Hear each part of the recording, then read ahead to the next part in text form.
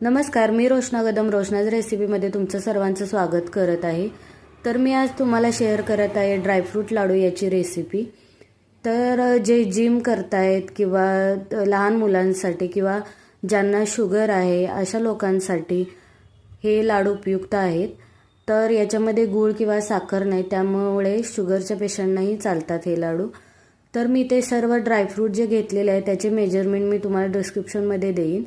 तर इथं मी सर्व ड्रायफ्रूट थोडंसं तुपामध्ये रोस्ट करून घेतलेले आहेत आणि खजूर इथे मी 1 किलो घेतलेला आहे। तर खजूर बिया काढून घ्यायचं आहे।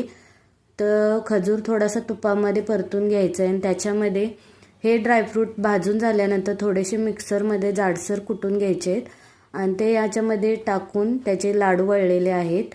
तर अशा पद्धतीने मी ड्रायफ्रूट भाजून घेतलेले आहेत, पाहू शकताय। आणि अशा पद्धतीने मी खजूर भाजून घेतलेले तुपामध्ये, त्याच्यामध्ये मीठ क्रश केलेले ड्रायफ्रूट टाकलेले आहेत आणि असे छान असे सुंदर असे छोट्या साईजमध्ये लाडू बनवायचे आहेत।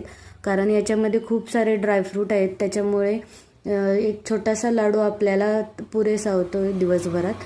तर या साईजमध्ये तुम्ही लाडू बनवायचे आहेत।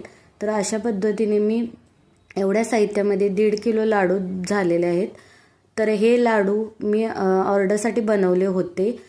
तर त्याचबरोबर बेसन लाडू हे सुद्धा मी तुपातले बेसन लाडू बनवलेले आहेत, तेही ऑर्डरसाठी बनवलेले आहेत।